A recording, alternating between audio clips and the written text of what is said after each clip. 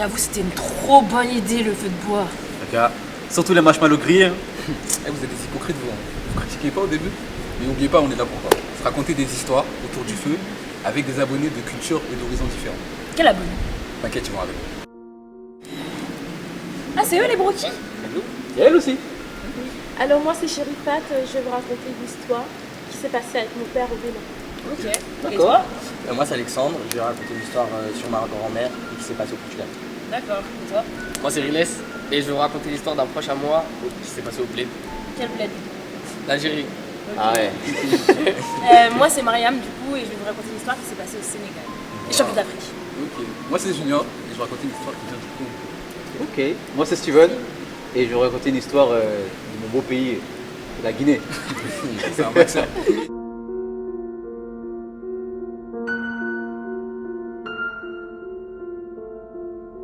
Du coup moi je vais vous raconter une histoire que j'ai vécue avec ma grand-mère, donc au Portugal. En gros, faut savoir que ma grand-mère elle a eu un AVC, du coup elle était un peu affaiblie niveau santé. Et là-bas au Portugal, je sais pas, il y a un peu des trucs de sorcellerie, louche et tout, des trucs comme ça. Et du coup, il y a des morts ou des gens justement qui ne sont pas montés au paradis, après il faut y croire, hein, qui restent ici avec nous et qui hantent les personnes pour qu'on prie pour eux, etc., pour qu'ils montent dans le paradis. Et du coup, ma grand-mère, elle avait des symptômes après son AVC qui n'avaient rien à voir avec l'AVC. Et ce qu'ils font de mieux au Portugal, c'est dès qu'ils ne comprennent pas les hôpitaux, ils ne trouvent pas tout ça, bah, ils vont voir des sorciers ou des sorcières. Ok. Du coup, moi, je vais avec ma grand-mère voir les sorcières. Du coup, on vient, tout ça. Mon grand-père reste dehors, lui, il n'aime pas les trucs comme ça. Moi, je vais voir, du coup, je reste avec ma grand-mère. Elle est assise, moi, je suis derrière elle. Et la petite dame, en gros, elle se met à genoux, dos à nous. Elle se met à genoux et elle fait des prières, elle parle un peu dans sa barbe, tout ça. Et du coup, on la voit, elle commence à s'agiter, elle fait des trucs un peu bizarres. Ma grand-mère, elle, je la vois, elle rigole. Ma grand-mère, elle prend des trucs comme ça, un peu à la légère, tu vois. Moi, je trouve ça bizarre, je regarde et tout, j'avais 14 ans à cette époque-là. Je regarde et tout, je comprends pas. Je vois la meuf, elle bouge à droite, à gauche, la petite vieille. C'est une toute petite vieille. Et là, tout d'un coup, elle sort un truc avec une voix d'homme. Et elle sort avec une voix d'homme et elle dit en portugais, en gros, putain, sors-moi d'ici, sors-moi d'ici. Hein? C'est chaud? Ouais. Elle dit, ouais, sors-moi d'ici, sors-moi d'ici. Je vois ma grand-mère, elle continue à dire, bon, vas-y. Bizarre un peu. Moi, je suis là, je comprends pas. Je reconnais aussi la voix. Et du coup, la petite vieille, elle se retourne, elle a fini de faire ce qu'elle avait à faire. Toi, elle dit à ma grand-mère, voilà, je sais pas si vous avez reconnu la personne qui a parlé, mais en tout cas, cette personne, elle est morte, mais elle est encore dans ce monde-là. Et elle veut monter au paradis. Du coup, moi, je regarde et tout. Et moi aussi, j'ai reconnu. Et en fait, c'était mon grand-père, il a une sœur.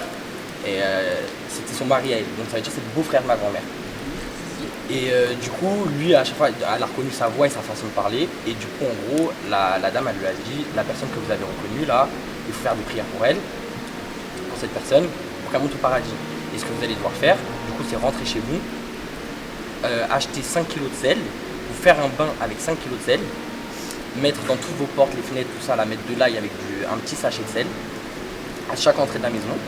Après ça, vous descendez donc en bas du village, c'est là où il y a le cimetière, il est toujours tout en bas.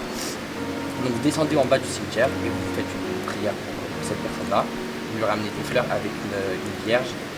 Et une fois que vous avez fait la prière, vous vous retournez. Une fois que vous avez tourné le dos à la, comment on appelle ça, à la tombe, vous avez tout le droit de vous retourner jusqu'à vous passer le seuil de votre maison avec justement le sel et l'ail et tout ça. Ouais, elle est stressée. Et du coup, là, ma grand-mère, elle lui dit ok, tout ça. Et la dame a dit, même s'il y a quelqu'un qui vous parle, même si vous entendez des gens qui vous appellent, elle a dit même si c'est lui qui vous appelle, vous vous retournez pas. Elle a dit même si vous voyez vraiment quelqu'un vous parler dans le village, vous marchez toujours tout droit jusqu'à passer votre porte de chez vous. Du coup, ma grand-mère a dit ok, tout ça, elle parle à la dame et tout. Elle lui fait des trucs, elle lui donne les bougies, tout ça, c'est parce qu'ils font des prières, des trucs comme ça, tout ça. Donc ma grand-mère a dit ok. Et elle prend, moi je sors et tout ça. Et du coup, là, pour finir l'histoire, en gros, là où on en est, c'est que je suis sorti, du coup, je dis à ma grand-mère, on fait ça se passe comment, on va le faire quand, on va acheter le sel, tout ça. Et en fait, il faut savoir que cet oncle-là et ma grand-mère, ils étaient en guerre. Ça veut dire ma grand-mère, depuis ce jour-là, elle a dit, moi je vais pas prier pour lui. Il a des filles, il a des filles, il a des petites filles, des petits enfants. Moi je vais pas prier pour lui, je préfère rester comme je suis aujourd'hui et qu'il reste dans ce bas monde. Et du coup là aujourd'hui elle est toujours pareil. Elle a pas envie de prier. Ah ouais, c'est vraiment la hater Elle a pas envie de prier. Ouah, la tête hétérogénale. Je suis choquée. Elle a dit non, c'est mort. Elle a compris, j'étais angoissé. Et du coup, il est là, apparemment. Hein. Il reste ici. Et elle aussi, elle reste ici. Bah, Non, non, non. Il était là-bas, il avait 14 ans. Wesh. Il est là. Je suis choquée là. C'est toi. Ça, c'est incroyable. Waouh. Voilà.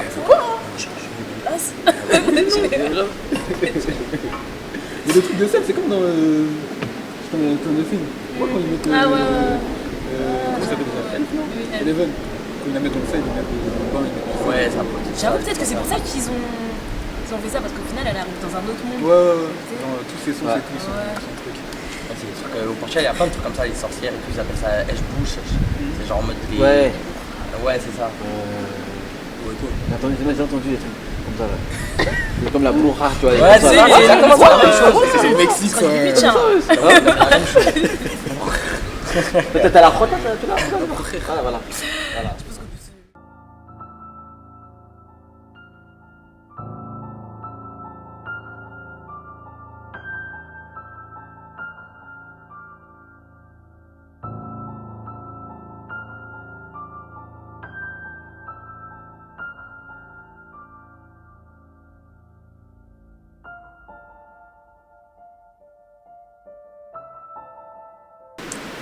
C'est une personne proche à moi à qui cette histoire est arrivée.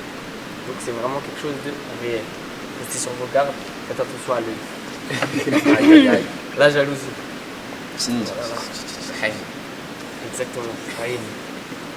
Ce qui s'est passé, c'est que la personne que je connais vivait très bien en France. Okay, avec sa famille, tout se passe bien, personne studieuse, un bon profil scolaire, etc.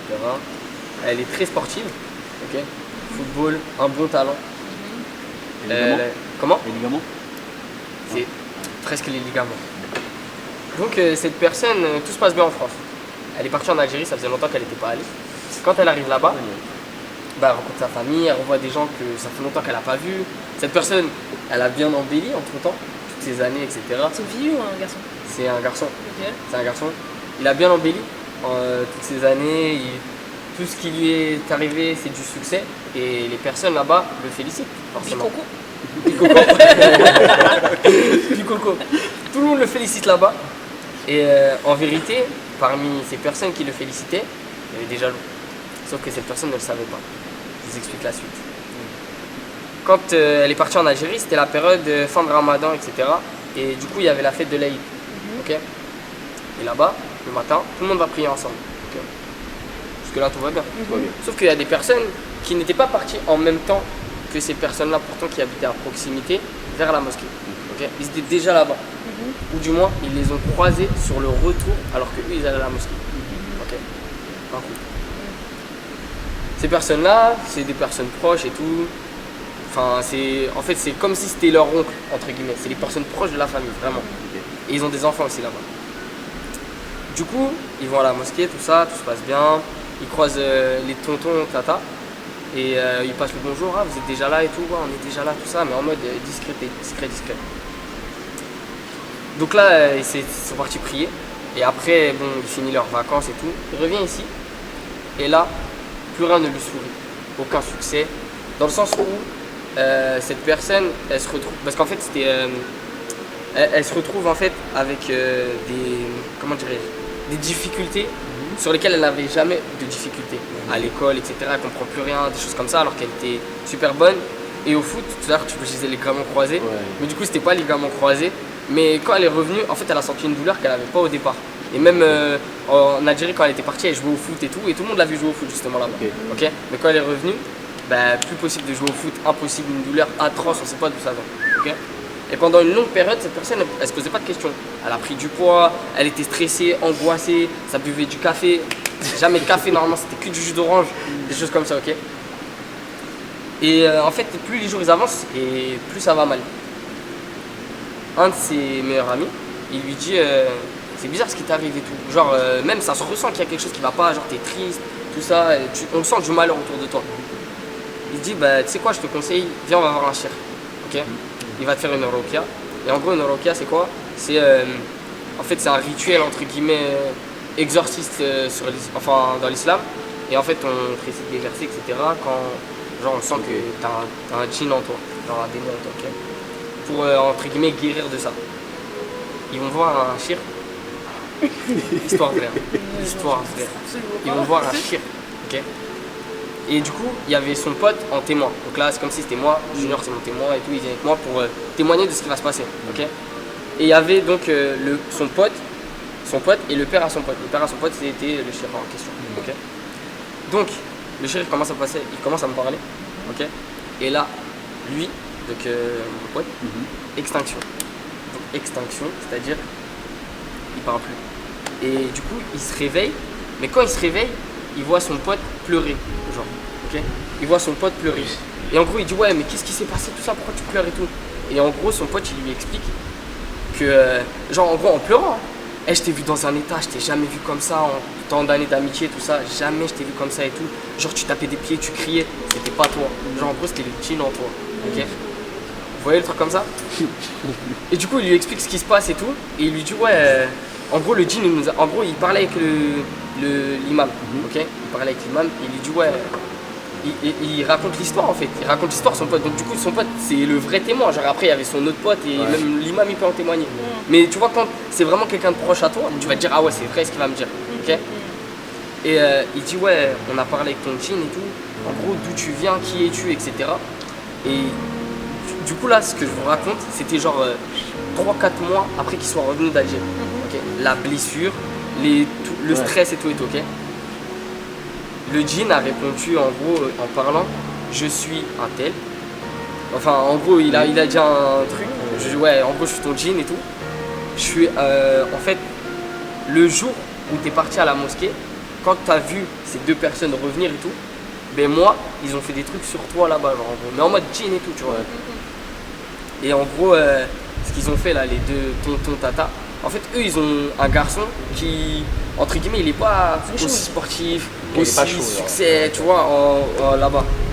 Et ce qu'ils ont fait, ils sont partis en fait tôt le matin, c'est le djinn qui a dit. Ils sont partis, tu vois, les terrains de foot en Algérie, quand ils l'ont vu jouer au foot, tout ça, tu vois les poteaux de corner, bah en fait il y a des trous. Ils ont posé dans le trou, genre une sorte de. Ouais, en fait il y avait sa photo au mec, donc la personne que je connais, avec des. En gros c'était des pattes de poule, ok, avec des morceaux et tout, bref, des cantations entre guillemets. Donc ça c'était pour le foot et en fait ils revenaient aussi du cimetière. Et dans le cimetière, pas loin d'une tombe, ils sont partis déposer donc la photo avec genre pareil des petits trucs de sel, des trucs comme ça, je sais plus ce que c'était exactement, mais en gros c'était un truc sortilège. Tu dis ouais c'est un truc de ouf parce que ouais peut-être c'est faux et tout. Moi j'ai vu la photo. En fait quand ils sont sortis de là-bas après, ils ont appelé en Algérie, ils ont envoyé quelqu'un de sûr pour aller vérifier à tel endroit, tel endroit. La personne elle allait vérifier. Cuisse de poule, la photo. La photo, je l'ai vu là. Dites-vous j'ai vu la photo qu'ils ont envoyée en direct quand ils étaient là-bas. Genre. Elle m'a montré. Et pareil, genre au cimetière ils sont partis à tel endroit là où c'était dit. Et pareil, bah il y avait la photo de la personne en question. Et au final c'est quelqu'un qui te voulait du mal en Algérie et qui t'a fait entre guillemets de l'œil, sans jalousie. Un djinn en toi pendant 4 mois, ça ne pouvait que continuer. Faites attention à vous. Si, t'es pas. Attends, c'est bon, c'est fini du coup. C'est fini, c'est Non, fini. mais c'est bon, il y a. Ouais, après, du coup, ils ont. Voilà, c'est ça, ils ont. De merde. Et s'ils avaient pas déchiré, qu'est-ce qu'ils sont. Ça aurait pu continuer pendant très longtemps. Non, attends. S'ils avaient pas déchiré, qu'est-ce qu'ils seraient passé. Ça aurait pu continuer. Ouais. Ouais.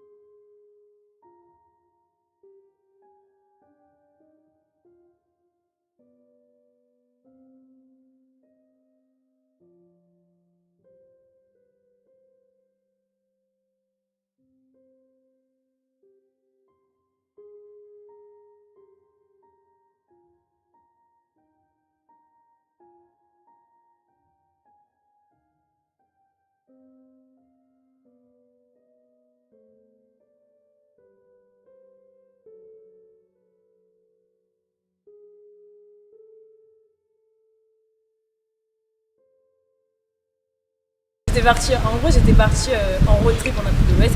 Je sais pas si vous savez, mais moi je voyage beaucoup et je kiffe aller en Afrique en décembre, donc souvent en Afrique de l'Ouest parce que je suis sénégalaise et mauritanienne. Et du coup cette fois-ci je m'étais dit c'est quoi, je vais y aller solo et j'ai vraiment allé faire tous les trucs un peu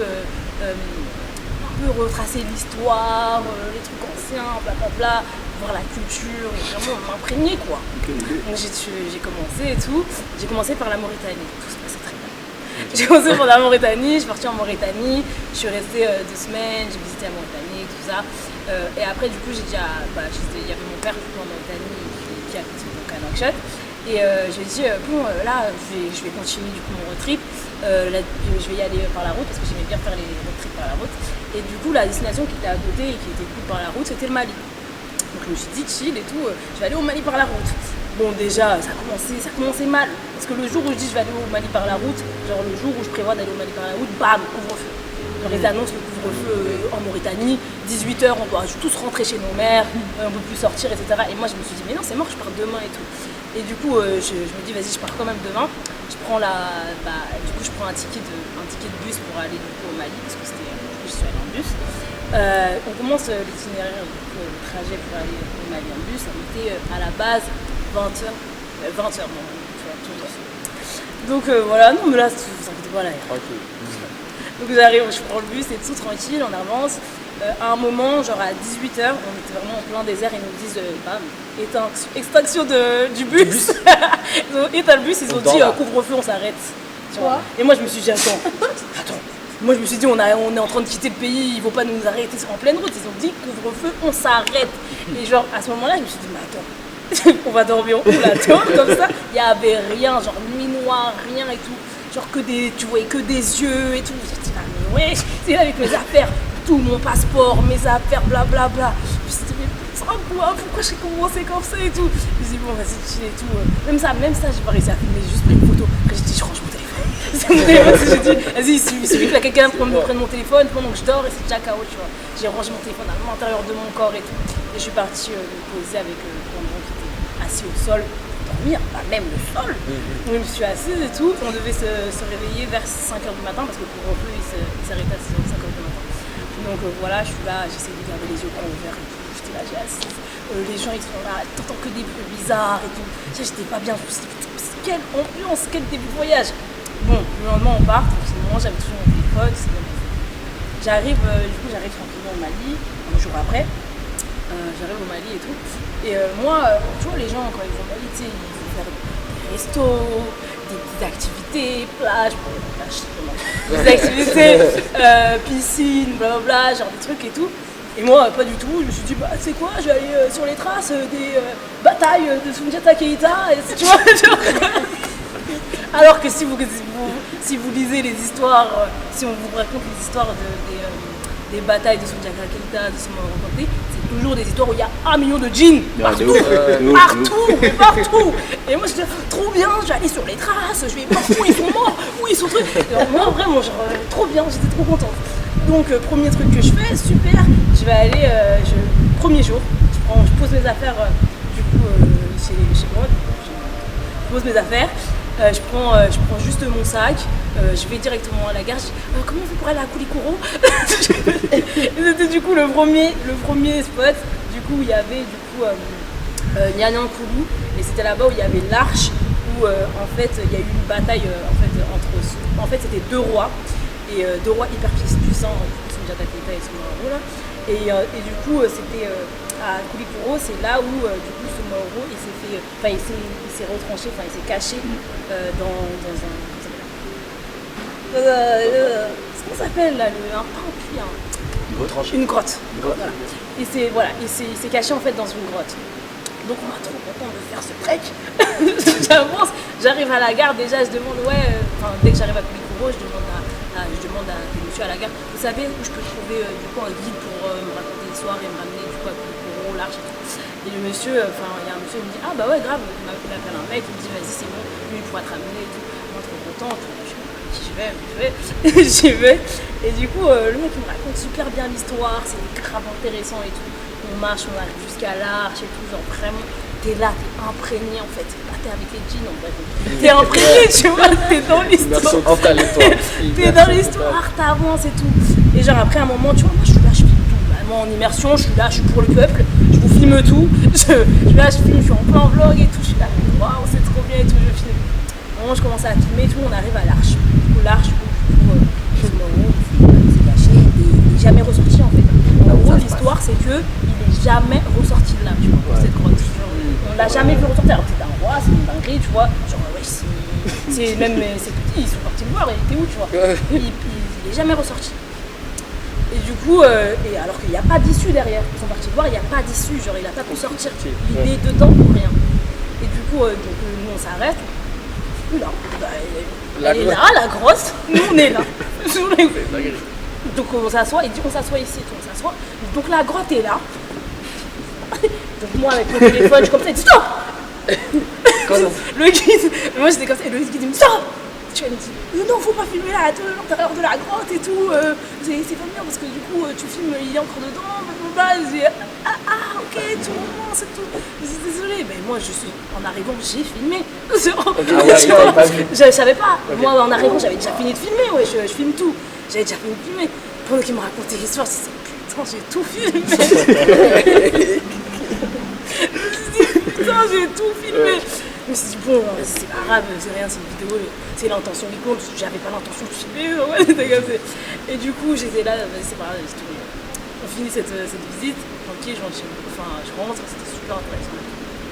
Encore, du coup, deuxième journée, je vais dans une autre visite.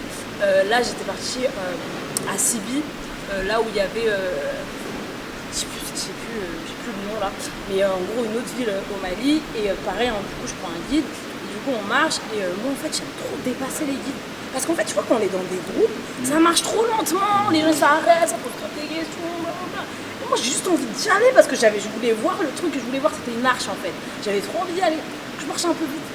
Quand on le guide à un moment il commence à m'appeler reviens et tout, je reviens, je dis mais qu'est-ce que je fais moi, je reviens et tout, après il commence à me dire vous savez ici, quand vous arrivez dans un lieu, il faut toujours s'annoncer. Vous avez pas vu que moi, dès que je fais un pas, je dis en fait à chaque fois que vous faisiez un pas, il faisait un truc, tu vois, pour annoncer, rigoler. Hein.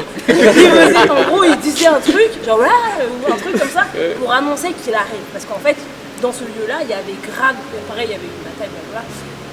Il y avait grave en fait des djinns en fait où les gens ils viennent, ils font des offrandes, blablabla. Et en gros, si tu veux arriver dans ce lieu et ressortir en paix, il faut que tu t'annonces avant d'arriver dans chaque portion de lieu. Il faut que tu t'annonces, tu te dises en gros j'arrive quoi, c'est bon, est-ce que je peux venir, tu vois. Trop chier. J'avais mon téléphone, j'avance comme ça et tout. Il me dit arrête, il me dit là et tout. Et je reviens et tout, je me dis putain ça fait déjà 2 fois là. Et là il raconte, il dit ouais non, faut toujours s'annoncer et tout, c'est pour ça qu'il faut que vous me suivez, il faut vraiment jamais aller. D'ailleurs même si vous allez dans le lieu et tout, il faut jamais aller seul et tout, c'est toujours avec des guides, parce que c'est eux qui sont invités, blablabla. Je me dis est-ce que c'est pas juste pour qu'on vous prenne en guide. Tu vois, ça. Et du coup vas-y, je me dis vas-y chill et tout. Ensuite vas-y, je fais mon voyage au Mali, j'avais eu ma dose d'histoire. Donc j'ai fait que des activités très bizarres après ça. Et après du coup après le Mali, je suis partie par la route encore au Sénégal. Tout ça, en fait j'avais toujours mes vidéos, j'avais rien supprimé, moi chill. J'arrive du coup au Sénégal. Ah j'ai pas dit aussi que quand j'étais du coup à l'Arche, j'étais avec une pote, du coup d'ailleurs on dit c'était là. Allez, j'étais avec une pote du coup avec elle du coup à l'Arche, tu vois. Et après elle m'a rejoint au Sénégal. Donc on va au Sénégal et du coup quand j'arrive au Sénégal, je vais direct chez ma grand-mère dans mon village et je leur dis ouais là j'ai trop hâte, du coup dans 10 jours je vais en Casamance. Ma grand-mère elle s'arrête, elle me dit tu vas où? Je dis je vais en Casamance et tout, ça va être trop bien, je vais savoir un bête d'hôtel et tout, blablabla. Elle dit d'abord elle parle pas. Alors que tu vois, elle habite vraiment à même pas 4 heures de la Casamance, tu vois, genre elle pourrait y aller tous les week-ends, c'est incroyable, c'est super beau, genre destination lune de miel, faut vraiment pas hésiter quoi. Et du coup elle a dit, elle dit rien.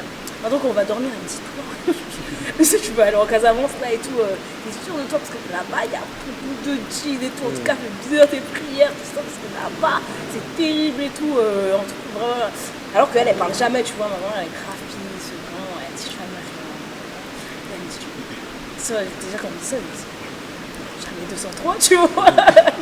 Et je me dis aussi, elle abuse un peu parce que vas-y, j'avais vu plein de photos de la Casamance. Moi, j'avais juste l'impression que c'était beau, chill, tout se passait bien, quoi. D'ailleurs, Mustapha, là, c'est lui qui m'achève, hein. Il a pas dit, il a pas tout dit, il a pas tout dit. Et du coup, il me dit, enfin, moi, j'avais déjà tout réservé, je dis, ok, super. En plus, ma pote qui allait, du coup, un jour avant moi, du coup, elle était partie un jour avant moi, elle m'avait rejoint, et je devais la rejoindre là-bas. Donc, moi, j'y vais et tout par la route, là-bas, trop contente de mon voyage, tout se passe bien et tout. J'arrive en Casamance, déjà, genre, quand j'arrive, genre, je sens une vibe trop bizarre. Genre, tu vois, quand tu sens dans ton là, ton abdomen, c'est abdomen ici, là. Donc, chez moi, on dit Kijime. Là, je sentais que c'était un peu pressé, tu vois. J'arrive, je me dis, putain, c'est bizarre et tout. La vibe, enfin, dans la vie, je dis, la vibe, je sais pas, j'aime pas trop. J'arrive et tout, j'arrive dans l'hôtel avec ma pote.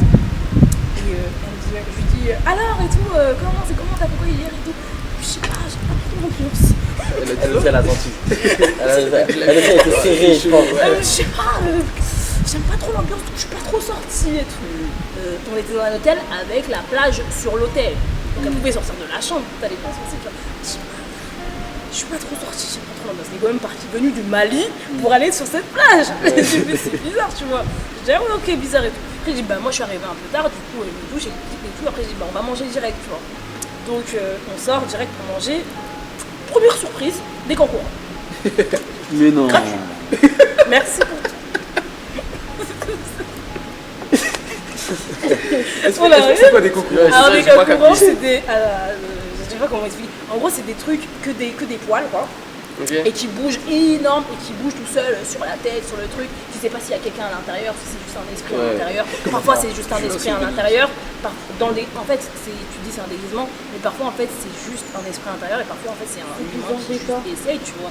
Genre c'est bizarre. Non, c'était vraiment ça. C'est vraiment ça. donc voilà. Tu fais quoi face à ça? Donc spectacle. En gros, tu fais du spectacle. Ah, ok, t'observes juste. Des spectacles. Donc sur la plage. Ouais. Donc ok, super. Tu Du coup, regardes. nous on se dit bah super. On sort ton téléphone. Moi, tu sais pas quoi faire. Non, mais tu sais pas quoi faire. Tu te dis je vais pas fuir. Il y a de musique. Ils sont en train de danser. Bah d'accord. Tu restes autour avec les gens et tout. Bah, tu restes comme ça et tu dis bah super. Tu filmes un peu. Et après tu vois il y a des gens. Il y avait du coup là-bas les ethnies majoritaires c'est les Djola. Tu vois. Eux ils ont toujours des enfants dans toutes leurs fêtes etc. Et du coup les Djola et tout ils sont là ils dansent et tout. Ils dansent.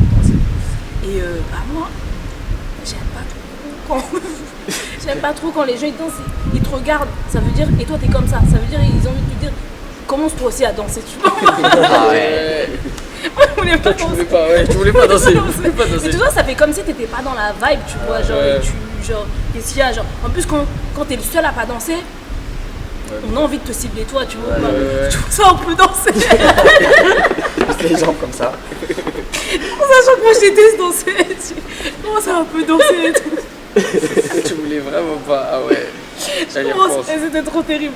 Je commence à un peu danser et tout. Je me suis dit, j'ai pas le choix et tout. Parce que sinon, on va trop. En fait, je voulais juste passer inaperçu, quoi. Ouais. Donc, je me suis dit, je commence à un peu danser. Je filme un peu. Il s'approche un peu trop de moi. Je voulais pas. Tu continues à danser. Je voulais absolument pas. Et du coup, je filme encore une fois. Je me suis dit, dans mon téléphone, il y a trop de jeans. Genre là, j'ai trop filmé. Tu vois, genre, mais là, je sais pas, tu vois. Et du coup, je filme, enfin, je danse et je filme et tout. Et du coup, voilà, ils dansent et tout. Voilà, ils font des bruits et tout. Après, ils partent. Ah ouais, ça se regarde et je me suis dit, t'aimes bien? Je dis, t'as vu, c'est bien. Mais tu vois, moi, j'essayais pas de lui faire genre que j'avais peur. Tu sais, je faisais, on arrive directement à la culture et tout. En sachant que c'était ça, je crois que c'était l'une de ses premières fois au Sénégal, donc je voulais la faire kiffer et tout. T'as vu, surprise le premier jour et tout, c'est lourd et tout. Toi, tu comprends pas trop ce qui se passe. Elle me dit ouais c'est lourd tout ça.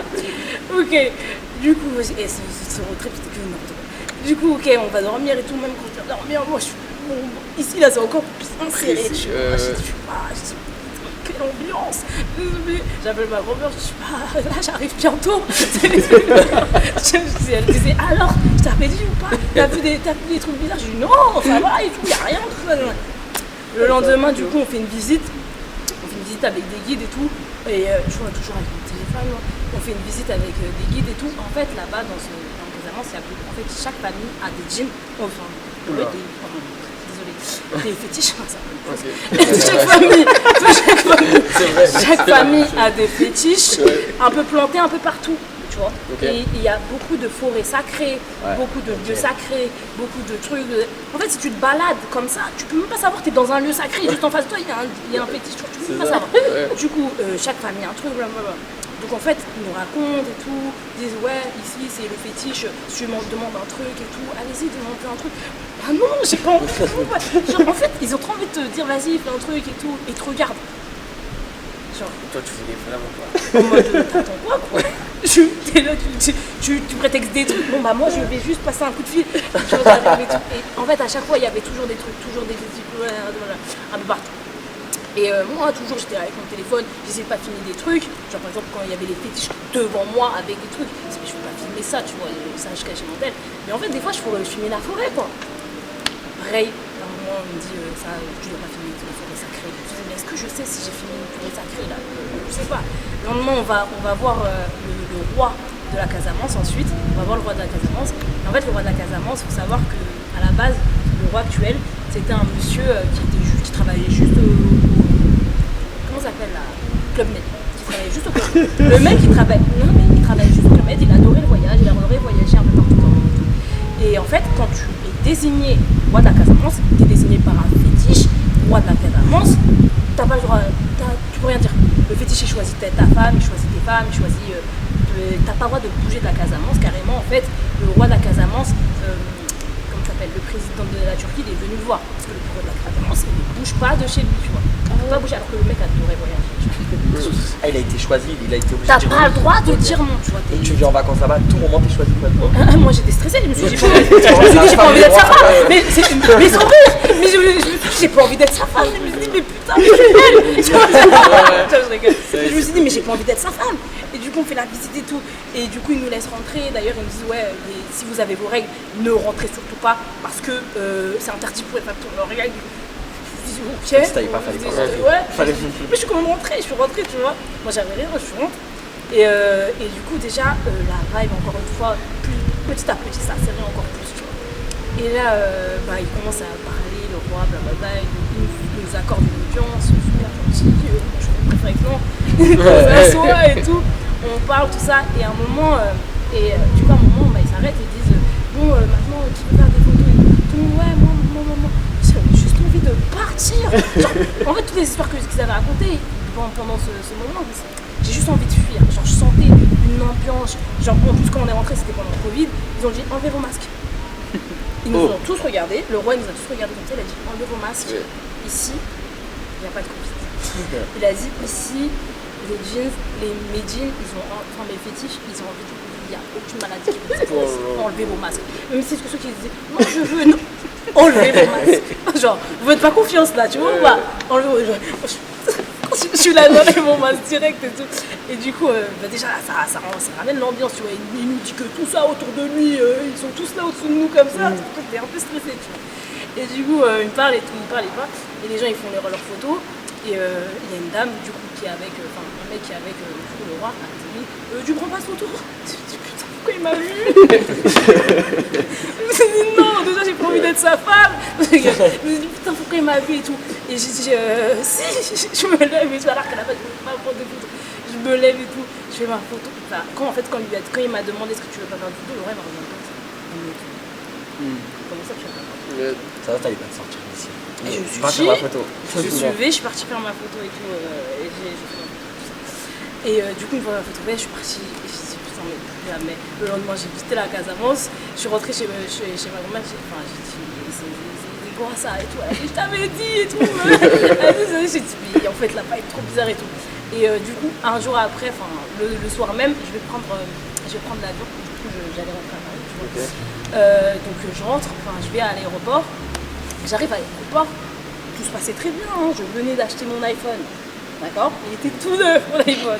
J'arrive à l'aéroport, j'ouvre mon téléphone, tout se passe bien et tout. J'arrive, je suis dans l'avion, on arrive, genre on dépasse la frontière, genre on n'est plus en Afrique là. Ouais. Bam, mon téléphone, boum. Tu vois, genre blackout. blackout, genre, plus rien. plus rien, Tous mon les téléphone, deals là. genre en gros ils ont dit on quitte pas le pays. Genre blackout, Ok. genre, plus rien, mon téléphone il marche plus, il n'y a plus rien qui marche. J'ai essayé de l'allumer, l'éteindre, vous savez le truc quand tu mets sur le Ouais, les côté. deux côtés. J'essaie de la rallumer, l'éteindre, il n'y a plus rien. Je le branche, en sachant que mais je venais de l'acheter, wesh. C'était un iPhone 11, ah, ok, mais je venais de l'acheter à Apple, c'était à l'époque où il venait de sortir l'iPhone 11. Ouais. C'était en novembre que j'ai acheté, j'ai voyagé en décembre. Donc je prends le téléphone, je dis, wesh, en sachant que j'avais rien synchronisé, toutes mes datas. Enfin, alors que j'avais essayé de mettre sur mon PC, mais ça avait bugué. Je me suis pas posé de questions. J'avais essayé de mettre sur mon PC, ça avait bugué. Du coup, je me suis dit, vas-y, c'est pas grave, je synchroniserai quand je serai à Paris. J'arrive, blackout quand on se dépasse la frontière. C'est trop bizarre. J'arrive à Paris, et je vais chez les réparateurs et tout. Ils me disent, off ton téléphone. Genre, il est Ah off. ouais. Je dis, mais Il va jamais se rallumer. j'ai dit, mais toutes mes datas là. Moi, je pensais que, à la base, je pensais même plus au display. Mais je pensais juste à mes datas. Je dis, mais attends, j'ai filmé pendant 2 mois des trucs. Genre, là, je comptais faire des vlogs de malade mental. Tu me dis que j'ai plus rien, mon téléphone, il est out. Je dis, c'est pas possible et tout. J'essaye, du coup, on me dit, non, on va devoir le reboot et tout, remettre à zéro et tout. T'as tout perdu. J'ai pas pu m'en remettre. J'ai posé mon téléphone pendant quelques jours, j'ai dit attends. Genre, supprimez les jeans, non, s'il vous plaît, supprimez les trucs des jeans, mais laissez-moi le reste. Laissez-moi le reste. Et non, j'ai jamais récupéré. Ça a repris, mon téléphone il est reparti à zéro, j'ai récupéré zéro photo, zéro vidéo, Avec le zéro voyage, rien de ouais, 2 vidéo. mois de voyage. T'as rien pu partager. J'ai rien pu partager. Ah, c'est chaud. Et Dieu merci. Parce que Ouais, j'avoue. c'est que ça qui est rêvé. Donc voilà, contre, ne c'est chaud, le filmez truc, jamais tu vois. rien de fou. Ouais, ça. Moi, je me rappelle de ma vie. J'avais J'ai appelé des appels. Je disais, madame, c'est mort. C'est mort, madame. C'est une histoire de ouf.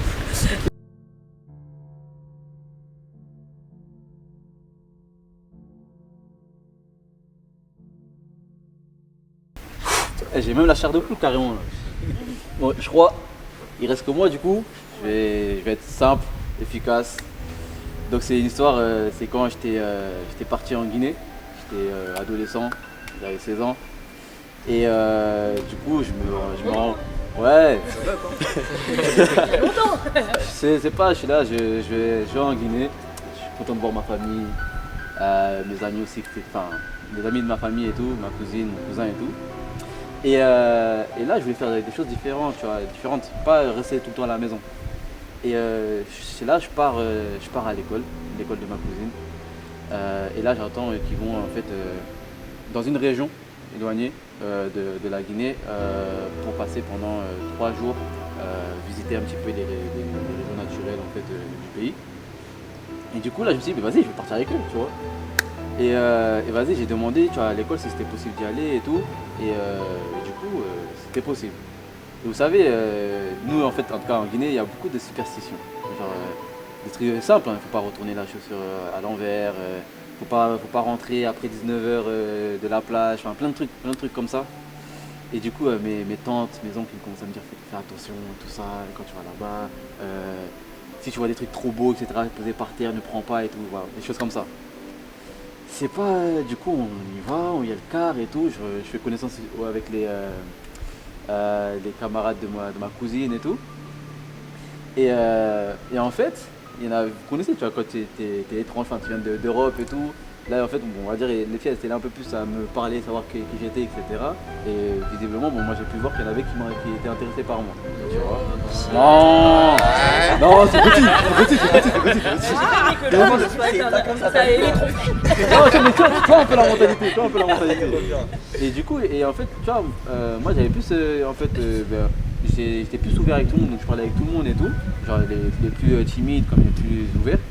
Et maintenant on prend le car, on arrive, du coup c'était vers le nord, un peu vers le nord, donc à Bofa. Bofa en fait c'est une région où tu peux te baigner, plein de trucs et tout. Et là, du coup, je me rappelle de tout ça, ce que me disait ma tante, ouais, quand on partait à la plage, après avant 19h, rentrer, etc., rentrer dans le campement et tout. On arrive là-bas, on s'amuse, tout le monde rigole, etc. Et en fait, il y avait un groupe de meufs, dont une qui se moquait en fait d'une fille avec qui en fait je passais du bon temps pendant le car, tu vois. En gros, tu sais, c'était un peu la boue. Du bon temps, j'ai bon pas temps. eu l'expression là. Non, mais genre, non, mais en gros, genre, on rigolait, on parlait, tu vois, on apprenait à se connaître. Ouais, on a compris, on a compris. Maintenant, genre, ça l'a taquiné de ouf et tout, et elle ne défendait pas.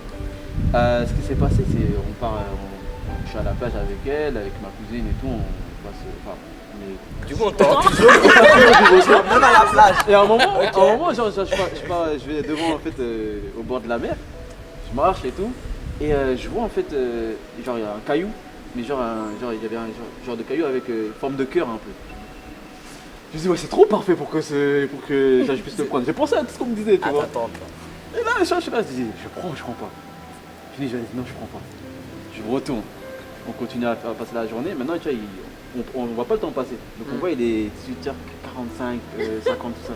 Je commence à dire à ma cousine, wesh, il faut qu'on y aille, tout ça, venez, on rentre. T'as la tafiole. Elle avait de ouf. Le soleil commence à se coucher d'un coup. Tu connais, en Afrique, ça se couche tôt le soleil. Ouais. Là, normalement, 18h, c'est même déjà couché. Maintenant, donc on commence à sortir, tu vois, à quitter la plage. Et en fait, j'entends un genre de bruit. Et toi, reviens. Non, la vérité. Donc en fait, tu vois, genre comme si quelque chose m'appelait. Ouais. Je me retourne, genre comme ça. Je vois en fait, il y a deux personnes qui jouent en fait au bord de la mer avec un ballon, genre sinon le ballon, Ouais. tu vois. Je dis, wesh, mais personne en fait à part nous, tu vois. Je me retourne, je marche, je regarde en derrière, il n'y a personne. Non, si tu veux. Il n'y a personne. Véridique, il n'y a personne. Je dis, j'ai commencé à courir, j'ai commencé à dire, tout le monde commence Ouais. à courir vers le campement. Je commence à courir, on arrive au campement et tout. Et là, en fait, apparemment, en gros, vous allez comprendre, genre, on est dans le campement, on passe là, on mange et tout, après c'est le moment de dormir. Et en fait, il y a d'un coup, en fait, il y a une fille, et du coup, la fille qui était la bully là, elle commence à paniquer, à dire ouais, laisse-moi tranquille, je veux pas toi. En fait, elle a été genre comme ça, elle était possédée. Tu vois. Elle était possédée, elle commence à se débattre, à se battre contre quelqu'un, et on voit pas qui c'est, tu vois. Et en fait, elle est secouée, tout ça. On dit mais c'est quoi, y'a quoi. Et d'un coup, d'accord, genre, elle s'éteint. En gros, elle est par terre, elle se réveille plus. Et on voit quoi en fait derrière, en dessous de son coussin, il y avait en fait le coquillage en forme de. Elle l'avait pris. On lui a pas Eh, dit. à ce moment-là, j'ai fait, c'est quoi cette On lui a délire. pas dit, c'est ça. Si, on lui a Du pas coup, avec cet événement-là, ce qui s'est passé, c'est que du coup, le voyage était mort. Tu vois, donc en fait, on est rentré en fait à Conakry. On rentre à Conakry. La fille, en fait, elle part à l'hôpital et tout. On essaie de faire plein de trucs pour la réanimer. C'est pas parce qu'elle a la solution. En fait, non, c'est comme si. Enfin, il devait 2-3 heures du matin. En fait, d'un coup, genre, elle se réveille, genre, je sais pas, en tout cas, elle était possédée. Ouais, après, elle était. Et après, il se passe quoi? Genre, je commence à dire à ma tante, tout le monde ça. Attention, nanani. Ah oui, un truc avant, c'est-à-dire quand on a fait le chemin retour, en fait, il y avait. Quand on devait tous rentrer, en fait, la fille calme, posée là, avec qui je parlais, en fait, elle dit ouais, bon, moi j'ai de la famille qui est juste à côté, tu vois, qui est à côté, je vais rester là-bas, tu vois. Du coup, le chef, enfin, le prof, il a dit ouais, vas-y, ok, allez rester là-bas. Nous, on continue et en fait, j'avais pris en fait le caillou. Ouais. J'avais pris le caillou. Parce qu'en fait, c'est moi qui avais regardé, j'avais vu qu'il y avait un caillou derrière. ça, là, ok. Je l'ai gardé. Maintenant, il y a le car en fait, et genre, il y a ma cousine qui est à côté de moi. Elle fait, t'as pris ça où? Vas-y, t'as pris ça où? Je dis, ben, je l'ai pris dans le dortoir et tout. Elle me dit, jette ça. Elle dit, jette ça, faut pas que tu. Et en gros, on a ouvert la fenêtre et j'ai jeté le caillou. Quand on continue la route, on continue de faire la route vers Conakry. Et en fait, tu vois, je regarde le paysage à ce côté fenêtre. Et j'ai l'impression en fait d'avoir vu la petite fille qui était avec nous. Genre, elle était dans l'autre village, tu vois. Ouais, elle est restée chez Et en fait, en furtif, j'ai l'impression d'avoir vu la fille. Mais genre, elle montrait un truc, genre. Je me suis dit, non. Non, je me suis dit non. Du coup, comme je dis, elle revient, on a Conakry. J'explique tout ça à ma famille et tout. Et genre, ils me disent, ouais, tu sais quoi? Et je veux plus, on sort plus avec les gens de l'école et tout, reste à la maison, ça. Je fais non, mais t'inquiète, là juste vite fait, on voulait aller à l'île de Kassa. C'est déjà, tu vois, l'île de Kassa, c'est une île à 15 minutes de Conakry, genre en bateau et tout. Et en fait, c'est une île un peu touristique et tout. Je voulais aller là-bas faire un barbecue. Avec du coup, ma cousine toujours, et toujours en fait avec les amis en fait de l'école. Maintenant, pour faire le barbecue, en fait, on devait aller au marché, grand marché de Madina, qui est à Conakry. Et ma cousine, elle ne pouvait pas venir tout de suite, elle allait nous rejoindre, donc je suis allé avec ses amis. On y va. On cherche du coup tout ce qui est nourriture, boisson, etc., etc. Et là, quand on arrive devant un stand, et je vois une fille. Non, une fille, genre grave belle. T'as capté, grave belle, genre grave grande, élancée, etc. Au sort. Non, grave. En fait, elle me parle et tout. Elle dit, ah, vous avez où ça? On dit, ouais, elle est passée par la boucle et ça. Elle dit, vous étiez à Beaufort, ça? On dit, mais comment elle s'est capté ou quoi? On a dit, ouais et tout. Elle fait, non, mais comment ça elle fait? Parce que tous les ans, il y a toujours ce truc-là et tout. Et on a dit, ah, ok, d'accord. On a pris en fait, du coup, les trucs, les courses. On part à l'île de Cassa. Et là, même chose. Au retour, on passe du bon temps. Quand on revient, en fait, on est rentré. En fait, on était beaucoup. Du coup, il y avait deux bateaux. Tu vois, il y avait deux bateaux. Et moi, je suis parti avec ma cousine et d'autres personnes. Et la fille qui m'avait accompagné avec les autres pour aller chercher les courses, ils ont pris un autre bateau plus tard. Donc nous, on s'appelle, etc. On a dit on va s'appeler quand on arrive sur Conakry, etc. Je rentre chez moi, je rigole avec ma cousine, ma famille, etc. Le lendemain, j'entends la fille qui était avec moi disparue. On ne sait pas où elle serait allée. On ne sait pas où elle serait allée. C'est bizarre ça quand même. On s'est dit c'est bizarre et tout. Et en fait, le truc c'est que. Ah oui, j'ai dit trop de trucs en fait. En fait, quand on était parti en fait, à l'île de Cassa, la fille qui nous avait laissé à Beaufort, en fait, elle était avec nous en fait, à l'île de Cassa. Et encore, elle était dans le deuxième bateau, là, moi je n'étais pas. Tu vois. Et très simple, du coup, là je me suis dit, c'est chelou ça. À chaque fois, cette fille-là, il y a un truc. J'ai commencé à m'éloigner de cette. On commençait à s'éloigner d'elle. Là, je me lève chez moi. Enfin, je suis dans la maison, dans la cour. Cour, maison familiale, tout ça. Et là, ma cousine elle me dit, ouais, j'ai vu la fille en question. Elle me dit, je pense qu'elle est pas humaine. Ouais. Elle me dit, ouais, en fait, si tu fais attention, en fait, elle met toujours des longues robes. Elle met toujours des longues robes, des longs trucs. En fait, si tu fais attention, elle n'a pas de jambes, elle flotte en fait. Elle fait comme ça, elle marche. Je dis, c'est pas possible. C'est pas possible ça. Après, à un moment, on va dire, ok, un jour, tu vas voir. On s'est posé devant la maison, on joue aux cartes, on rigole, elle passe, elle tourne en fait à la rue, par contre, je lui lève. Je dis, vas-y, va voir maintenant. En fait, je me suis levé, j'ai couru, je tourne ma tête. Elle est juste passée. Elle est passée, en fait, elle est plus là. À ce moment-là, j'ai dit, ah ouais, là, c'est chaud. En fait, le truc, c'est quoi? C'est que, encore une fois, quelques jours plus tard, elle est venue chez nous proposer en fait des pailles, comme ça. Et en fait, elle avait un collier que la fille qui était la fille de Cassa là, en fait, avait. Elle a disparu là. Et moi, quand j'ai vu ça,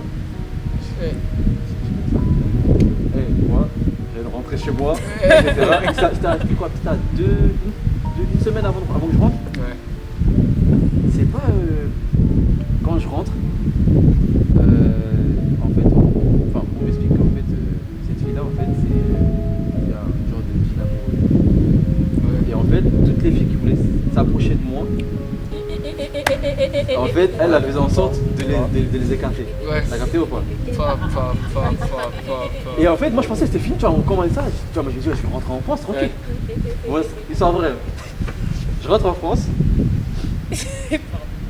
Pendant au moins 2 mois, je crois que je faisais que des paralysies de sommeil.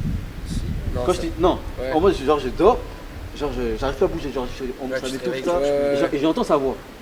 Elle dit tu me lâcheras pas. Je commence à pleurer, tout ça. Je commence à dire à ma mère, elle m'explique quoi? Elle m'explique qu'en fait, en gros, chez nous, il y a les jumeaux, les triplés, et en fait ceux qui viennent après les jumeaux et les triplés, en fait eux, ce sont un peu... ceux qui viennent après les jumeaux et les triplés, en fait, on les considère un peu comme des sorciers. tu vois. C'est le sorcier en question. Ouais, et du coup, moi, je suis, mes frères, c'est des triplés et tout.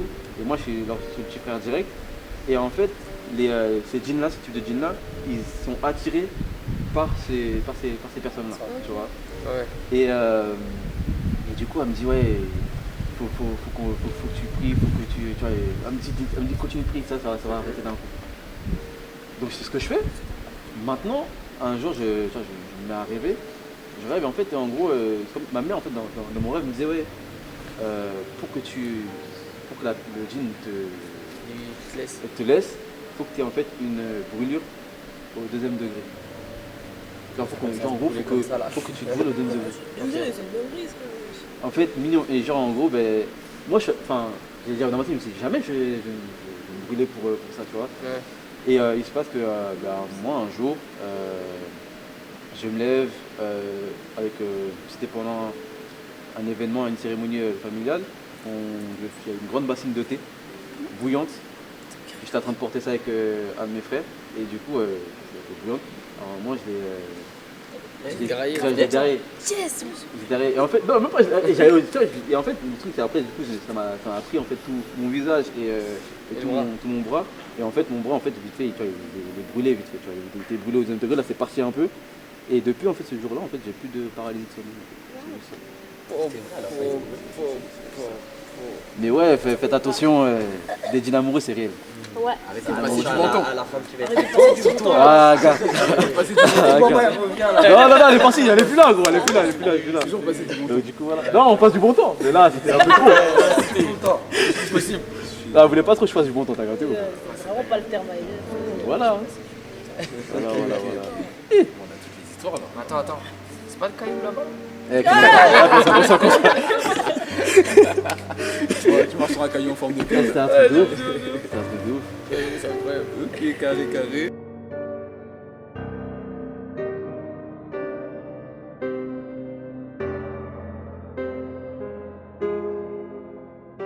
Il faut savoir que moi, mon père, il a perdu sa mère quand il avait 3 ans. Et, il n'a pas vraiment connu sa mère. Et du coup, déjà, il faut savoir que sa mère, elle porte. Ok. Et du coup, c'était pas un accident, mais c'était. Tu vois, des trucs bizarres. Non, ça, des trucs bizarres. Je dirais pas que. Enfin, tu vois, c'est des mystiques, enfin, des trucs mystiques. Ok. Genre. Arrête. Et du coup, après la mort de sa mère, vu c'était le déni. Et en fait, sa mère, elle venait tous les soirs, genre dehors, fait du bruit et tout, histoire que tous les soirs, lui, il pleurait, tu vois, genre, parce qu'il entendait la voix de sa mère, qui lui parlait et tout, et il pleurait. Et en fait, même à part lui, genre, les gens, ils entendaient, mais on la voyait pas, tu vois. Et du coup, il pleurait tous les soirs. Elle dit en fait, ramenez-moi mon enfant, tu vois, des trucs comme ça et tout, parce que elle avait peur que qu'on le maltraitait, tout ça, depuis qu'il était tout petit. Et donc, après ça, après sa mort, il faut savoir que, genre, eux, ils habitaient à Porto-Novo. Non, c'est pas Mida. Porto-Novo, la capitale du Bénin. Et du coup, elle est partie à Savès, c'est une ville du Bénin, mais un peu éloignée, tu vois. Et du coup, chez quelqu'un de la famille, tu vois. Et en gros, la personne ne savait pas qu'elle était chamante. Du coup, elle vivait avec la personne, c'était une personne de la famille. Du coup, ils vivaient ensemble pendant plus d'un mois, genre, ils vivaient ensemble et tout, parce qu'elle a dit, ouais, et tout, elle est venue la voir, genre, saluer et tout, tu vois. Elle passait du temps et tout. Elle dit, mais tu veux pas rentrer chez toi et tout? Elle dit, non, genre, je vais passer un peu de temps avec toi, tout ça et tout. Et du coup, pendant ce temps qu'elle était là-bas, elle faisait un petit commerce et tout pour se faire de l'argent. Et du coup, elle a acheté plein de trucs, farine, en tout cas plein de trucs et tout. Elle dit non et tout, moi je vais rester et tout, moi je vais au marché. Et toi tu vas. Du coup, elle a donné plein de trucs et tout. Elle a dit, tu ramènes ça à mon mari. Et tu lui dis, pour la famille, tu vois. Et tu lui dis que de bien prendre soin de mon enfance, le dernier, tout ça et tout. Et donc, après ça, elle est venue, genre, après Noël, elle est revenue à Porto. C'est une histoire réelle, c'est vrai. C'est vrai. Et du coup, elle est revenue à Porto-Novo. Quand elle est revenue et tout, ce jour-là, quand elle est revenue, c'était genre. Enfin, chez nous, on fait genre le 8e jour, 41e jour. Je sais plus si vous savez c'est quoi. Et du coup, c'était en fait le 41e jour, genre, c'était en fait la fête, tu vois. Le 41e jour, elle vient et tout. Enfin, une sorte de fête et tout. Il y a des trucs qu'on appelle, genre, enfin, des beignets, tu vois. Beignets, bouillis et tout, qu'on partage. Et du coup, elle vient et dit, c'est quoi le truc et tout.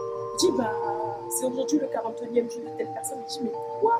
Genre, mais on vit ensemble, c'est elle qui m'a donné ça pour vous, tu vois. Et c'est vrai. Et du coup, elle était hors de tout parce que, genre, elle vivait avec la personne pendant plus d'un mois et tout. Et bon, bref, après ça, après genre, cet événement-là, mon père, lui, quand il avait genre 25 ans par là, en tout cas, il était déjà grand. Avant moi, genre, j'ai un grand frère. Mais c'était vraiment avant moi, avant ma naissance et tout. Du coup, lui, il vivait en Côte d'Ivoire, il était en Côte d'Ivoire et tout, avec son grand frère. Et on va dire, lui, il était au sud et l'autre au nord.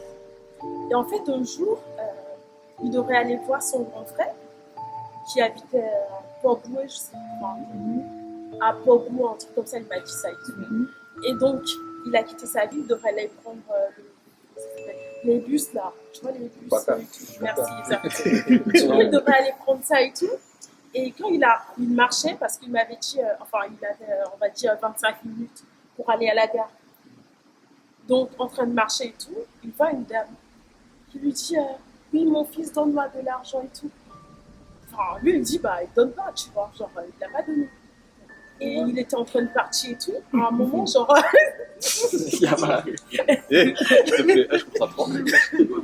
Et donc, à un moment et tout, lui, il vient à la gare. Quand il arrive à la gare et tout, il manquait une personne pour partir. Donc, enfin, lui, il était déjà dedans. Et donc, il manquait une personne avant le départ. Je sais pas, je trouve qu'il y a le bus. Et du coup, il y a la dame qui lui rattrape, genre après quand même 20 et quelques minutes, et en plus elle est morte. Et du coup, la dame tire et tout, genre il tire mon père, il dit il fait genre, donne-moi de l'argent, tu vois, il lui tire et tout de la voiture et tout, donne-moi de l'argent. Et de là et tout, il fait, il a donné 1000 francs. Et comme ça, elle était en train de lui parler, merci, des trucs comme ça et tout. En ce moment, ils ont rempli le bus, et du coup, le bus est parti. Donc quand le bus est parti, la dame elle est partie aussi. Et lui il a pris le prochain bus. Et quand il a pris le prochain bus, ils étaient en train de partir et tout. Après un moment ils ont dit ouais et tout, genre l'autre bus qui était parti, ils ont fait lui un accident. Et tout le monde, ils étaient tous morts. Ils étaient tous morts. Et sachant que lui en fait, c'est vrai, c'est une histoire réelle. Et du coup, c'est bizarre parce que c'est vrai. Ouais, je sais. Et même si c'est pas vrai. Non, c'est vrai, c'est réel. C'était mon père, donc c'était vraiment proche et tout. Et du coup, ils disent que tout le monde, enfin, tous ceux qui étaient dans le bus, ils sont tous morts et tout. Alors que lui, en fait, il allait chez son grand frère parce que il y avait sa fille qui était malade. La fille à son frère. Donc, une fois là-bas, la petite est morte. Et en fait, chez nous, ils font. Tu vois, genre savoir c'est quoi et tout, tu vois. Et donc ils ont dit c'était en fait sa mère qui en fait est venue et tout pour l'argent là. Exactement, c'était sa mère. Et en fait c'était pour l'empêcher de mourir, mais en fait il y avait une personne qui devrait mourir. Et donc c'était la qui était pour donc c'était un peu ça. Et les morts, ils sont toujours là avec nous.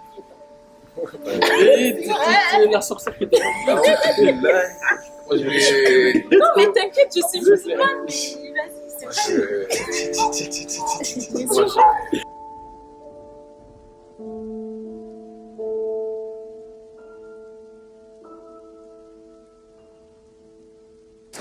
Ok, alors du coup, mon histoire elle va se passer au Congo. Précisément au Congo-Brazzaville. Et précisément à Pointe-Noire. Ok. Alors du coup, moi je vais vous parler de fétiches. Vous savez ce que c'est des fétiches? Vous savez très bien, il y a des West Africains qui connaissent très bien. Ça veut dire quoi, ça? Ok. Donc du coup, il faut savoir qu'il y a plusieurs ethnies au Congo-Brazzaville. Il y a notamment les Vili. Ok. Les Vili, c'est une tribu, une ethnie, pardon, qui utilise des fétiches pour avoir du succès. Et il y a quelque chose qui s'appelle les bikoko. Et en fait, c'est un fétiche qu'on va te donner et qui va te donner succès, argent et gloire. Ok. Maintenant, il faut savoir que c'est un fétiche spécial. C'est-à-dire qu'avec ce fétiche, c'est seulement de famille en famille. C'est-à-dire c'est pas n'importe qui peut l'avoir. C'est ton grand-père l'a vu, il te l'a passé avant de mourir, etc. Ok. Maintenant, je vais raconter une histoire. Ça va être l'histoire d'Alphonse Makosso. Alphonse Makosso. Retenez très bien ça. Ok. Donc en fait, ça va commencer par. Là, je vais mettre des noms au hasard parce qu'en fait, les vrais noms, on les a pas. Ça a été censuré par l'entreprise des gens qui y travaillent. Ok. Qui nous a les comprendre. Ok. Donc on va dire, il y a Dominique. Ya, c'est pas qu'il y a, c'est Ya en fait. Ça veut dire grand frère, grand sœur. Il y a Dominique, on va dire il y a Dominique. Et il y a Stéphanie, on va dire. Ok. Pour l'instant, vous suivez. Ok. Donc on va dire qu'il y a Stéphanie dans sa famille. Eux, ils avaient un million. C'est-à-dire qu'ils avaient la prospérité, ils avaient l'argent. Quand on dit la prospérité, l'argent, c'est vraiment que par exemple, dans un marché, s'il y a quelqu'un à côté de toi qui a un bikoko, il va pouvoir vendre des choses à foison, à donf, comme on dit. Et toi, à côté, tu vas jamais rien vendre, okay, parce que lui, il a ça. Okay. Et donc, en gros, il y a une chose très spéciale par rapport au bikoko, c'est que quand tu l'as, il faut que tu redonnes à ta famille. Tu donnes de l'argent parce que tu es riche, tu donnes à ta famille, tu donnes. Et si tu le fais pas, on peut te l'enlever et redonner à quelqu'un d'autre de ta famille. C'est quelque chose qui crée de l'envie. Vraiment, il y a de la jalousie autour de ça. D'accord ? Maintenant, il y a aussi une chose à savoir, c'est que du coup, il y a Dominique, lui, il n'en a pas. Okay. Mais il a rencontré, il y a Stéphanie, c'est ça, qui lui en a un, qui en a un. Et du coup, ils se sont mariés, voilà, ils étaient très heureux. Et du coup, il y a Stéphanie, elle a dit, bah, je suis avec mon mari, donc je vais lui passer du coco, comme ça, on va avoir de l'argent, on va être bien. Okay.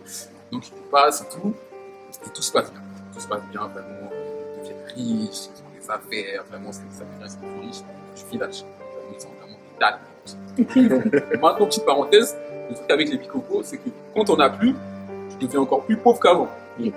Moi, c'est le monde des méchants. Vraiment, c'est le monde des méchants. T'es en reste, mais quand t'as plus de bikoko, c'est-à-dire que t'es vraiment en reste. Tu vois, genre, peut-être que t'as des zéros, là, t'en découvert. Tu vois ce que je veux dire? Donc, c'est vraiment un truc, c'est chaud. Tu vois, donc quand tu le perds, c'est vraiment chaud.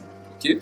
Donc on revient à l'histoire. Donc ils sont riches, ils ont de l'argent, tout se passe bien, voilà, tout se passe bien, tout se passe vraiment bien. Ils ont de l'argent, les plus riches du village, les gens ils sont jaloux, pourquoi ils ont de l'argent et tout. Ok. Maintenant, c'est important, la famille de Stéphanie, ils lui disent, mais notre argent il est où? Parce qu'elle, elle a plus de bikoko, donc sa famille ne touche plus d'argent. Donc ils sont là, ok, mais nous on n'a plus d'argent, on a fait quoi? Donc prends-le nous, on le veut. Donc elle dit à son mari, les bikoko il faut qu'il récupère, parce que ma famille est donc je vais devoir te reprendre.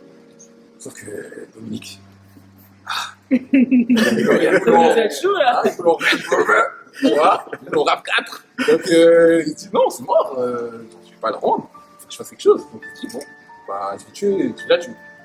Je vais tuer ma femme, comme ça je vais garder le bikoko. Okay, tout le monde est méchant dans le fond. Donc voilà, il arrive à la tuer, et voilà, le jour des funérailles, tout ça arrive, et sa famille, ils sont là. C'est bizarre. Comme de par hasard qu'on a voulu rendre, elle est morte, c'est trop bizarre, c'est vraiment chelou. Il y a Anguille sur roche. Il y a vraiment quelque chose qui cloche, c'est trop chelou. Et donc ce qu'ils vont faire, c'est qu'ils vont faire la sorcellerie sur son corps avant de l'enterrer. Et ce qu'ils vont faire, c'est qu'ils vont faire que son fantôme hante en fait son mari pour récupérer leur dû et vraiment pour le hanter, pour qu'il lâche son corps et qu'il lâche ça. Vraiment. Donc il l'enterre. Et le mari, bah lui, comme c'est un homme, il se remarie, parce que le mec est un trash. Voilà. Et voilà, vite, il se remarie vite, la nouvelle femme, voilà, il est passé à autre chose. Et le fantôme de son ex-femme, du coup, revient. Le fantôme de Stéphanie, il vient, il dit oui, rends le bikoko, il veut pas. Et le fantôme, en fait, il sème la terreur vraiment dans tout le village. Donc les villageois, ils arrivent, ils disent oh, ton fantôme là, rends le truc, lui, il veut pas. Donc il fait appel à un sorcier. Le sorcier il fait quoi? Il dit bon, vous avez un puits dans votre maison, ce que vous allez faire, c'est qu'on va l'enfermer dedans. Et pendant 10 ans, vous ne sauverez pas le puits. Au bout de 10 ans, c'est bon, elle aura disparu. Donc voilà, il réussit à l'enfermer. 10 ans. C'est vraiment un sort. Et donc pendant 10 ans, du coup, ils l'enferment. Et donc voilà, 10 années passent, tout se passe bien, tout se passe bien, les filles, voilà, tout se passe bien. Et 10 ans après, bah, voilà, normalement le sort est réglé. Et du coup, il y a la femme actuelle de Dominique qui dit depuis, ça fait 10 ans maintenant, j'aurais utilisé, parce que j'en ai marre devoir aller chercher de l'eau gravement. Donc il dit, bah ok, bah, elle presse son mari, un coup de presse. Et du coup, le mari, il appelle du coup des puisatiers, des gens qui vont vider le puits et faire en sorte qu'il soit utilisé. Donc parmi ces deux du coup puisatiers, il y en a un qui s'appelle Alphonse. Et donc c'est Alphonse, c'est un de ses employés. Et donc ils arrivent, ils leur disent, bon, il y a le puits, ça fait 10 ans, donc allez-y, vous videz, vous. Ils disent ok, c'est un truc vite fait, ça va nous prendre à peu près 2 jours. Okay. Ils descendent dans le puits le premier jour, ils arrivent à faire ce qui est enlevé, et tout se passe bien. Deuxième jour, ils arrivent, pareil, et ils arrivent bientôt vers la fin de journée. Ils ont fini leur service bientôt. Et du coup, il y a le frère d'Alphonse qui dit ok, bah moi je vais remonter, il te reste 2-3 petits trucs à faire, donc tu me rejoins après. Il sort, sachant qu'il est vers 7h, donc il va faire bientôt. Il sort et tout, et il attend son frère dehors. Et du coup, bah, il attend, toujours pas là, Alphonse. C'est bizarre. Il va voir le puits, comme ça, il dit, mais Alphonse, viens, on a fini, il va faire nuit, là. Alphonse, je lui dis, j'arrive pas à remonter. J'arrive pas à remonter, mon pied il est bloqué, la boue elle est devenue super dure, je comprends pas, j'arrive pas à remonter. C'est trop bizarre. Donc du coup, il appelle Dominique, qui arrive, il dit, Alphonse, il est bloqué, on n'arrive pas à le remonter. Dominique, là, ouais, c'est là. Je me demande pourquoi. Et donc, ils appellent les riverains, les villageois, tout le monde vient, tout le monde essaie de donne une corde, on essaie de le tirer. Et c'est mort. En fait, la boue, il se transforme en béton. Et sa jambe, elle est coincée. Ça n'arrive pas. Donc, ils disent, bon, ok, on va appeler des pompiers. Ils appellent les pompiers viennent et tout. Ils essayent, ça marche pas. Et à un moment, en fait, Alphonse, qui est en bas, il commence à avoir une voix féminine. Il commence à avoir une féminine.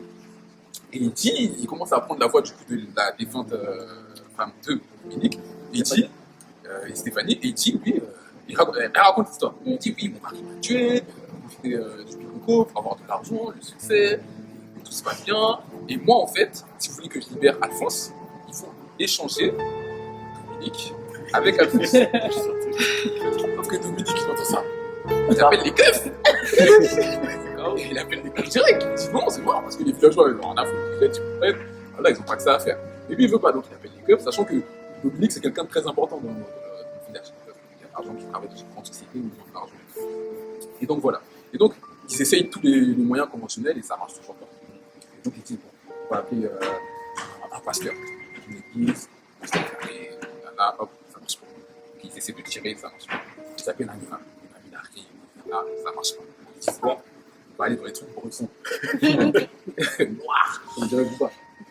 En noir, donc ils appellent des sorciers, tu vois, ils appellent des sorciers. Les sorciers arrivent, ils font leur truc, ça marche pas. Le gars, il peut pas, vous savez, c'est un chaos. Donc ils se disent, on va faire quoi? On va appeler une grande entreprise de pétrole et tout. Ils ont des grosses machines, ils vont pouvoir faire des trous et faire un trou pour le déblayer, pour le ressortir. Ils amènent des grosses pelles, des gros trucs et tout, des tracteurs, et ils essayent. Et juste au moment où ils vont le faire, en fait, il y a la voix féminine qui revient, et qui dit, ouais, si vous faites ça, je le tue direct. Je le tue direct, c'est là où. Faites pas. Voilà, ils disent, c'est chaud là, comment on va faire? Et à un moment, ils disent, bon, on va quand même le faire. Donc ils essayent, et ça fait une sorte de déboutement dans le puits, ce qui fait qu'ils se retrouvent un peu comme ça, avec plein de boue partout jusqu'ici, tu vois. Il y a plus les jambes. Voilà, ah ouais, c'est chaud. C'est les jambes et tout, voilà, c'est vraiment chaud. Et du coup, 3 à 4 jours passent comme ça. Et en fait, il faut savoir que total, ça fait 8 jours qu'il est bloqué dans le puits. Ça fait vraiment 8 jours, c'est chaud. Et en fait, au bout d'un certain temps, il n'a plus rien à manger, il est bloqué, il fait super chaud, parce qu'on est quand même. Donc voilà, à un moment, on apprend qu'il est décédé. On essaye, on lui parle et on se rend compte qu'il est décédé. Donc Alphonse est décédé. Sauf que maintenant, pour le récupérer, il faut quand même, il est quand même bloqué, tu vois. Il est quand même bloqué, donc il faut le récupérer. Et donc, ce qu'ils font, Pourquoi ils cherchent des problèmes? en vrai. Et donc ce qu'ils font, c'est que même les pompiers et tout, parce qu'ils sont obligés de faire, c'est de lui couper la jambe. Parce que sa jambe, elle est vraiment bloquée, donc c'est mort. Donc, ils le prennent, ils sortent et tout. Et voilà, ça se termine comme ça. Maintenant, il y a une chose à savoir, c'est que je vous ai dit qu'on pouvait pas, je ne pouvais pas vous dire le nom de la personne parce que Dominique, c'est un nom qui a été inventé, parce qu'en fait son entreprise, elle n'arrivait pas à le couvrir, parce qu'il ne voulait vraiment pas que ça sorte, ça devienne viral. sache c'est qui. Tu vois. Et en fait, il faut savoir que bah, c'est une vraie histoire ce que je suis en train de raconter. Il y a vraiment des images, j'ai des images là, je vais vous montrer juste après. Il faut savoir que du coup, le Dominique en question, dont on n'a jamais su le nom, le vrai nom, il travaillait dans une entreprise pétrolière, donc parce que Pointe-Noire c'est une ville pétrolière, une entreprise qui s'appelle Total. Quoi? Qui marche très bien du coup. Vous vous rappelez le Bicoco, ça sert à quoi? Ça sert à ce que les affaires prospèrent. Et Total, ça prospère bien. Pas en ce moment, surtout en ce moment. Surtout en ce moment. Avec le prix s'augmente, mais il y a déjà des années, ça fonctionnait très bien en Afrique. Il faut savoir que lui, il travaillait là-bas et que son entreprise a tout fait pour qu'on ne sache pas qui c'était.